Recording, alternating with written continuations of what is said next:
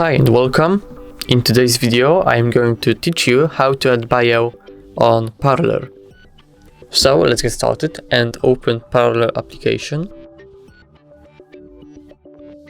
So in the very beginning you have to tap on these three dashes located in the top left corner of the application to bring up this menu. And from this menu you have to pick Settings and Privacy. From Preferences, choose Edit Profile.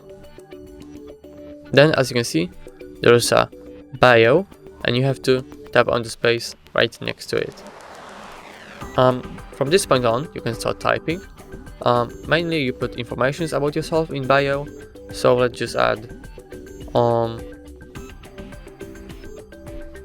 a very cool YouTube channel.